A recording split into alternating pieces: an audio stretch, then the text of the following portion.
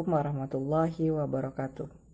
Perkenalkan, nama saya Muhammad Ilham. Pada kesempatan kali ini, saya dan rekan-rekan anggota kelompok saya akan menemani teman-teman semua dalam beberapa menit ke depan. Pada kesempatan kali ini, saya dan anggota kelompok saya akan melanjutkan penjelasan dari anggota-anggota kelompok lain mengenai penjelasan tentang psikologi klinis. Pada kesempatan kali ini, saya akan menjelaskan kepada teman-teman semua secara sederhana tentang pemberian tes dalam pemeriksaan psikologi klinis. Nah, sebelum kita memasuki materi dari pemberian tes psikologi klinis ini, ada beberapa hal yang harus kita perhatikan. Di antaranya adalah pemberian tes ini harus disarankan atau sesuai dengan masalah yang dihadapi klien. Nah, artinya setiap masalah yang dihadapi klien-klien yang berbeda, maka berbeda pula jenis-jenis tes yang harus kita berikan.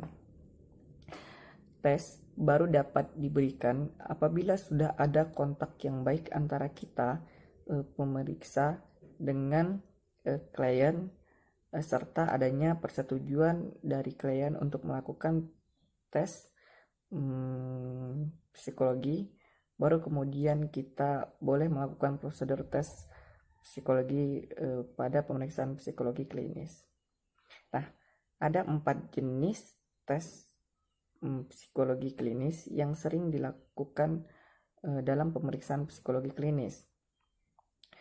Di antaranya adalah tes intelijensi umum, tes proyeksi, tes grafis, dan juga tes inventory kepribadian. Nah, di sini saya akan menjelaskan kepada teman-teman secara sederhana tentang keempat tes tersebut. Tes yang pertama itu adalah tes intelijensi umum. Nah, tes intelijensi umum ini biasanya digunakan untuk membandingkan tingkat kecerdasan klien pada saat ini dan juga pada saat masa lampau. Artinya di sini adalah kita bertujuan untuk mengetahui tingkat intelijensi, perbedaan intelijensi antara klien pada saat sakit dan juga sebelum sakit. Sakit di sini diartikan sebagai klien yang memiliki gangguan psikologis. Contoh dari tes jenis ini adalah tes Wechsler Behavior atau tes WB. Nah, tes ini bertujuan dilakukan untuk mengetahui kemunduran dari intelijensi seseorang. Kemudian contoh dari tes jenis ini adalah tes memori. Nah, tes memori ini biasanya digunakan untuk klien-klien yang biasa mengeluh susah konsentrasi, sering lupa, dan juga sakit kepala. Adapun bentuk-bentuk tes ini seperti tes Boron dan juga tes Kraepelin. Itu tadi tes intelijensi umum. Yang kedua itu adalah tes proyeksi. Tes proyeksi ini biasa digunakan untuk mengungkapkan hal-hal atau sesuatu yang tidak disadari oleh klien tersebut. Contoh dari tes proyeksi ini adalah tes Rorschach. Nah, tes Rorschach ini digunakan untuk mengungkapkan gangguan-gangguan kecemasan seperti skizofrenia dan lain-lain sebagainya. Ada juga tes TAT. Nah, tes TAT ini digunakan untuk mengungkapkan gambaran hubungan klien dengan lingkungan sosialnya, seperti konflik, frustasinya, dan lain-lain sebagainya. Selanjutnya itu ada tes grafis. Nah, tes grafis di sini digunakan paling banyak oleh para psikolog-psikolog yang ada di Indonesia. Kenapa demikian? Karena tes grafis ini merupakan tes yang pemeriksaannya memakan waktu terbilang cukup sedikit dibanding tes-tes yang lainnya. Tes ini prosedur scoringnya juga tergolong sederhana karena hanya menggunakan analisis kualitatif. Namun kelemahan dari tes grafis ini adalah kita sebagai pemeriksa sering terpengaruh oleh gambar yang dibuat oleh klien kita, seperti ketebalan garisnya atau juga bentuk objek yang dibuat oleh klien kita. Kesulitan lainnya dari tes grafis ini adalah kita sulit untuk mengarahkan interpretasi kita.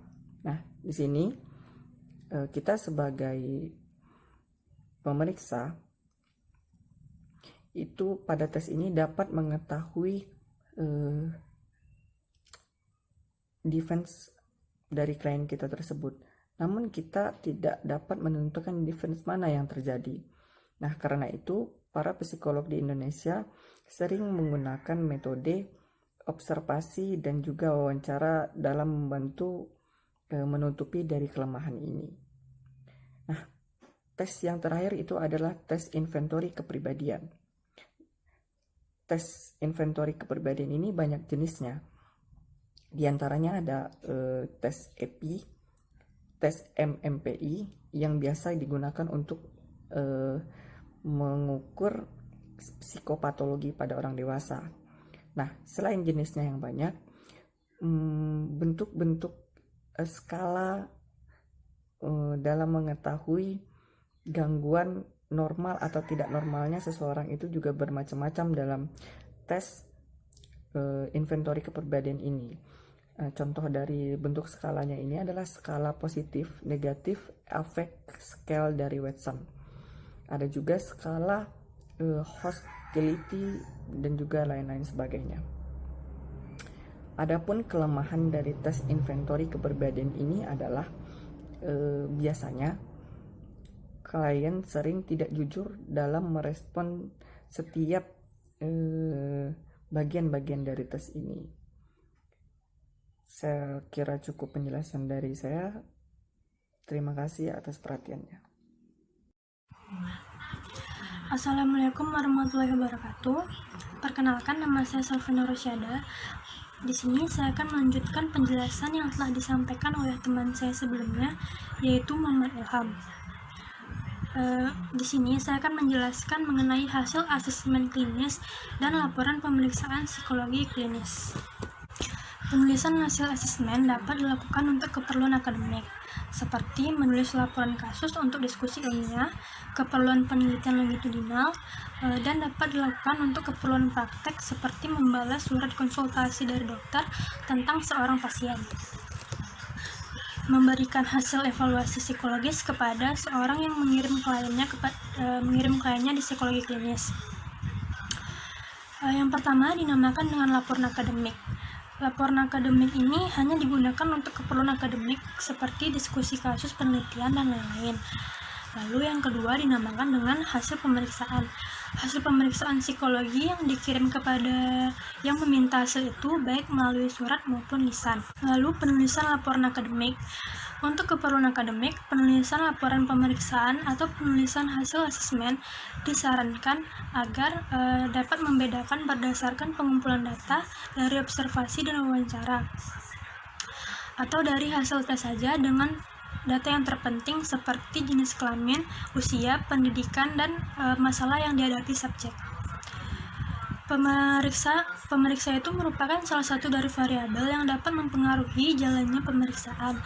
Pemeriksa harus sadar bahwa dirinya itu dapat mempengaruhi tingkah laku klien, seperti apakah klien itu kooperatif dan optimal, atau sebaliknya. Klien yang pada pertemuan awal sangat tidak kooperatif menjadi lebih kooperatif karena adanya pendekatan yang baik dari pemeriksa. Dan apabila tingkat kooperatif klien menurun, pemeriksa harus dapat mengetahui apakah sumber penyebabnya. Hasil asesmen klinis diharapkan mencerminkan prestasi optimal klien. Kemudian laporan pemeriksaan live. Laporan kasus yang didasarkan atas wawancara dan observasi dapat meliputi beberapa aspek. Yang pertama ada keluhan, simptom, atau masalah yang menyebabkan klien itu datang. Lalu kepribadian, yaitu predisposisi, temperamen, apologi, struktur, dan dinamika kepribadian klien. Lalu ada frustasi, konflik, atau stresor terakhir yang dihadapi oleh klien. Kemudian penyesuaian diri pada saat akhir pemeriksaan. Sebelum membuat laporan kasus, dianjurkan untuk membuat psikogenesis berdasarkan hasil wawancara dan observasi klien, dan inferensi, kesimpulan, atau interpretasi atas dasar data tersebut. Sekian yang dapat saya sampaikan. Apabila ada salah kata, saya mohon maaf.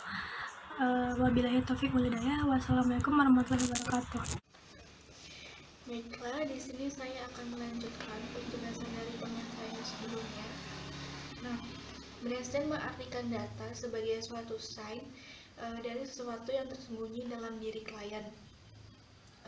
Misalnya, contohnya, ada seorang mahasiswa yang mengalami kesulitan dalam penyesuaian diri di perguruan tinggi. Lalu dia mengatakan bahwa dia tidak suka bergaul kepada siapapun dan sangat membenci semua orang. Kemudian dia menyendiri, tak lama mendengar suara-suara aneh yang menyuruhnya untuk melakukan sebuah upacara keagamaan khusus. Nah, dari hasil data wawancara tersebut, maka dapat disimpulkan dua hal adanya.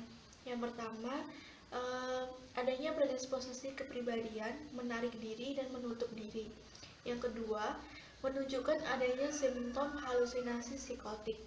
Nah, dengan adanya interpretasi, maka dapat diketahui dinamika dari keluhan utama, simptom, atau masalah utama klien atau subjek tersebut, termasuk ada atau tidaknya predisposisi kepribadian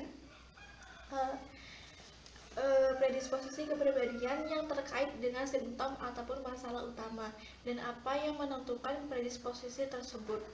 Misalnya tipe temperamen, tipe kepribadian, lalu struktur kepribadian dengan konsep dari berbagai teori seperti teori psikoanalisa, humanisme, dan behaviorisme. Nah, untuk kejelasan gambaran kasus secara live itu dapat dicantumkan pula ada atau tidaknya konflik, stres, atau frustasi pada waktu akhir pemeriksaan. Kemudian bisa dilihat bagaimana prognosis penyesuaian diri si subjek.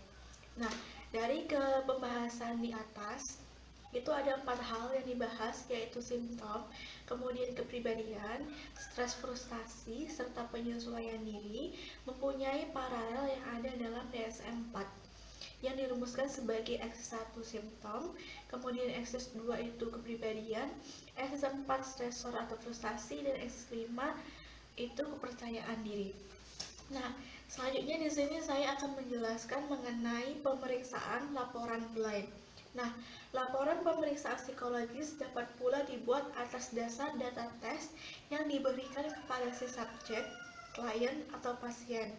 Nah, kesimpulan yang diperoleh ini umumnya biasanya berisi deskripsi mengenai intelijensi atau kepribadian si subjek. Kemudian, interpretasi data tes juga dapat menghasilkan suatu gambaran kepribadian. Nah, sama dengan interpretasi berdasarkan anamnesis dan observasi. Hanya saja konsep dan konstruknya ini lebih banyak karena mengambil dari teori-teori yang terkait. Misalnya, tes Rorschach itu dapat menyimpulkan sikap subjek, kemudian TET itu dapat menyimpulkan kebutuhan domain subjek, dan seterusnya. Nah, kesimpulan dari pemeriksaan blind ini sendiri merupakan integrasi sejumlah tes yang memberikan informasi tentang domain kepribadian yang sama. Demikian penjelasan yang dapat saya sampaikan. Selanjutnya akan dijelaskan oleh teman saya, Aman.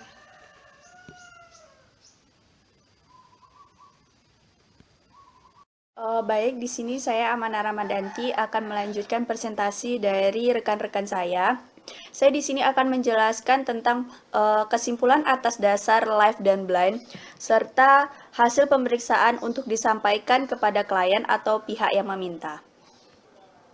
Nah, seperti yang telah kita ketahui bahwa live itu merupakan hasil yang kita dapat dari observasi dan wawancara yang sudah dijelaskan oleh kelompok sebelumnya. Sedangkan blind itu merupakan hasil yang kita dapat dari alat tes atau data-data dari klien itu sendiri. Nah, jadi ada kalanya isi laporan live dan blind itu sejalan. Namun ada kalanya kesimpulan yang diperoleh dari dua sumber terpisah itu tidak sejalan. Maksudnya begini, misalnya observasi dan wawancara tidak menunjukkan adanya tanda-tanda psikopatologis. Namun indikasinya muncul pada alat tes. Nah, bagaimana sih jika terjadi hal tersebut? Nah, dalam kesimpulan akhir, biasanya itu menggunakan kedua data atau memilih salah satu sebagai kesan utama tergantung dari pengalaman praktik si pemeriksa. Nah, untuk kesimpulan akhir asesmen klinis itu bisa atau dibuat atas dasar semua data asesmen dan dikaitkan dengan salah satu orientasi teoritis si pemeriksa. Nah, jadi NIST tahun 1998 dia mengusulkan ada uraian kesimpulan asesmen klinis dan dibagi dalam topik-topik tertentu. Dia membagi menjadi dua topik. Yang pertama yaitu topik untuk orientasi psikodinamik. Itu terdiri dari konflik, misalnya di dalamnya ada frustasi, emosionalnya, dan juga ada social stimulus value-nya, yang dimana di situ ada peran sosial, keterampilan kognitif, dan ada fungsi kognitif, serta mekanisme defensif. Nah, untuk orientasi yang kedua yaitu tentang belajar kognitif, yang dimana di dalamnya terdapat deskripsi tingkah laku klien, terus kekuatan pribadinya, motivasi klien untuk berubah, dan sasaran perubahan. Jadi needs ini membagi menjadi dua topik, yang dimana dua topik ini digunakan untuk kesimpulan asesmen klinis. Nah, selanjutnya yaitu hasil pemeriksaan untuk disampaikan kepada klien atau pihak yang meminta. Nah, biasanya apabila laporan tersebut dibuat dengan tujuan pendidikan atau pendidikan calon psikolog dan untuk melakukan penelitian, maka laporan itu dibuat dengan tujuan untuk memberikan informasi, saran atau jawaban terhadap masalah yang diajukan peminta laporan tersebut agar dapat dimengerti dan bermanfaat. Jadi tujuan laporan ini dibuat guna memberikan informasi agar dapat dimengerti dan bermanfaat. Nah, jadi dalam menulis laporan itu tidak sembarangan atau setiap selesai melakukan asesmen itu dibuat laporan. Itu tidak harus seperti itu. Makanya khusus dalam laporan tertulis perlu dipertimbangkan tujuan apa laporan tersebut diminta, apakah itu untuk konseling atau rehabilitasi, dan siapa yang membacanya, dan apakah kemungkinan dampak dari laporan tersebut. Nah, kita lihat apakah laporan tersebut berdampak baik pada klien yang dibahas dalam laporan itu maupun lingkungannya. Jadi kita tidak sembarangan atau langsung saja memberikan hasil terhadap klien tersebut. Nah, biasanya sangat perlu diperhatikan kemungkinan adanya penyalahgunaan, penafsiran yang tepat, atau elaborasi yang tidak menjawab masalah yang ditanyakan, yang dapat mengganggu kesejahteraan beberapa pihak. Nah, biasanya sebelum hasil pemeriksaan tersebut diberikan kepada klien, maka pemeriksa dan klien biasanya membuat kesepakatan tentang isi dan bentuk laporan, serta kerahasiaannya, sehingga itu akan sesuai atau memenuhi kode etik dari HIMSI, yaitu Himpunan Psikologi. Nah, jadi apabila hasil pemeriksaan itu diminta sendiri oleh klien, itu tidak perlu dibuat dalam bentuk laporan, tapi bisa disampaikan secara langsung tanpa mengurangi makna dari hasilnya. Contohnya seperti ini. pada saat ia melakukan tes intelijensi, maka hasilnya ada yang seperti superior, ada yang terus ada yang di atas rata-rata, ada yang di bawah rata-rata, dan sebagainya. Jadi apabila didapatkan hasilnya superior, maka dalam menyampaikan hasil kita harus menjelaskan superior itu apa maksudnya dalam rentang angka berapa sampai berapa. Jadi supaya hasil tersebut dimengerti oleh klien dan tidak dijadikan sebagai bahan masalah atau keraguan bagi klien. Dan biasanya dari hasil misalnya tes intelijensi superior itu biasanya orang menerka, wah dia udah terlalu pandai nih, udah terlalu pintar, tak perlu belajar lagi. Nah itu tuh merupakan hal yang salah. Kita sebagai pemeriksa harus memberikan sebuah masukan bahwa ini perlu diasah lagi, harus lebih sering diasah supaya ia terbiasa. Bukan berarti karena intelijensinya tinggi, superior, itu tidak perlu belajar. Nah itu tuh hal yang salah. Jadi sebagai pemeriksa itu harus menjelaskan bagaimana seharusnya ia, dan menjelaskan bahwa superior ini bukan berarti tidak belajar lagi. Nah, untuk penyampaian hasil pemeriksaan itu sebaiknya dilakukan dua arah. Maksudnya dua arah itu bukan berarti pemeriksa aja yang memberikan hasilnya atau bukan saja ia mendengarkan hasilnya saja si klien ini, tapi dia juga diberikan kesempatan bertanya kepada si pemeriksa. Nah, itulah yang dimaksud dengan penyampaian hasil pemeriksaan itu dilakukan secara dua arah. Ada timbal balik antara si pemeriksa dengan klien tersebut. Nah, jadi apabila hasil tes tersebut tidak sesuai dengan apa yang diinginkan klien, maka si pemeriksa harus memberikan solusi bagi kliennya. Itulah makanya harus ada hubungan dua arah yang dilakukan oleh pemeriksa dan klien tersebut. Nah, ada beberapa yang mesti kita perhatikan dalam mempertajam clinical judgment atau penilaian klinis dalam menulis hasil pemeriksaan psikologis. Di sini ada 4 yang perlu kita perhatikan. Yang pertama yaitu memperbaiki pemrosesan informasi. Yang di sini maksudnya kita harus meneliti kembali apakah hasil dari observasi, wawancara, dan alat tes itu sudah benar. Jadi kita harus memeriksa semuanya terlebih dahulu. Nah, yang kedua yaitu menghindari reading in syndrome, yaitu menghindari kecenderungan pemeriksa untuk memperbesar-besarkan suatu hasil dari observasi atau observasi dari si pemeriksa. Nah, yang ketiga yaitu memvalidasikan catatan pemeriksa dengan keterangan dari sumber lain. Untuk itu kita harus melakukan penelitian longitudinal atas pasien yang telah diperiksanya. Jadi kita harus memvalidkan data yang hasil catatan pemeriksa dengan sumber-sumber lainnya. Nah, yang selanjutnya yang terakhir yaitu memperhatikan kejelasan isi laporan.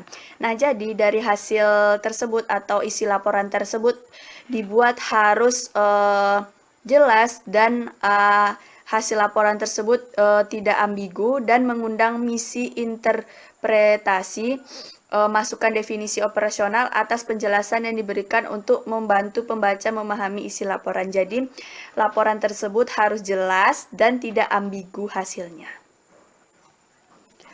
Baik, terima kasih kepada teman-teman yang sudah menonton video ini sampai habis. Terima kasih atas perhatiannya. Mohon maaf apabila dalam penjelasan kelompok kami masih ada yang belum jelas dan belum memberikan kepuasan kepada para teman-teman. Boleh teman-teman menanyakan apa yang tidak teman-teman mengerti dalam kolom komentar. Terima kasih.